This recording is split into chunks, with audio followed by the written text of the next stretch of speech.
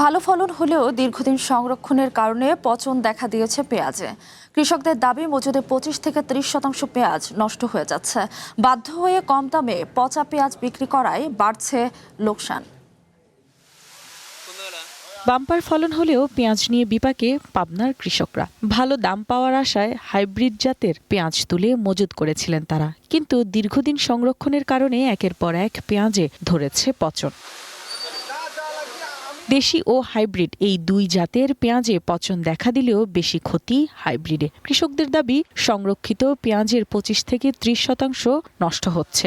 ভালো পেঁয়াজ মন প্রতি 1.5 থেকে 1600 টাকা বিক্রি হলেও পচা পেঁয়াজ মিলছে মাত্র 300 থেকে 700 টাকায়। আষাঢ় শ্রাবণ বর্ষার আসার আগেই এবার এটা মন কি মন পচতেছে।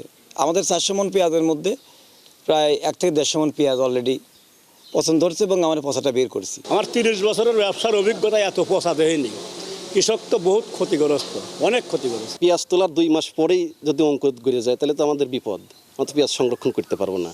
আর আমরা সারা বছর 2 মন 3 মন পেঁয়াজ বিক্রি করে আমাদের বাজার সদাই করি। যদি 10 মন পেঁয়াজ আটে আনে, আপনার 2 মন পেঁয়াজ ফেলা দেওয়া লাগতেছে। বাজারেরও নিয়ন্ত্রণ নাই, আর যারা করবে সেটাও কেউ দেখতেছে না এই পিসটা কি কারণে জন্য পচতেছে। কৃষি কর্মকর্তারা বলছেন হাইব্রিডের কিছু জাত দীর্ঘমেয়াদী সংরক্ষণের উপযোগী নয়। এর সঙ্গে অতিরিক্ত বৃষ্টি, আর্দ্রতা, তাপমাত্রা, ঘন করে পেঁয়াজ রাখা এবং পর্যাপ্ত বাতাস চলাচল না করায় বাড়ছে পচন। নগদ নিয়ে এলো হার না মানা হার অফার। সর্বনিম্ন 10,000 টাকা রেমিটেন্স নগদে পাঠালে থাকছে স্বর্ণের হার জেতার সুযোগ। আমরা কৃষি বিভাগের পক্ষ থেকে সার্বক্ষণিক কৃষকের পাশে রয়েছি। কৃষক ভাইদের পরামর্শ দিচ্ছি যে সকল পেঁয়াজ পচে যাচ্ছে সেখান থেকে দ্রুত বাজারজাত করতে, যে বাজারের দামটাও কন্ট্রোল থাকবে।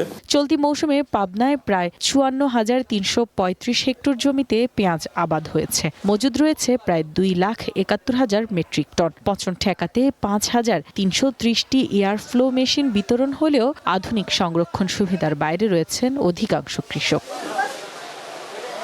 One national desk.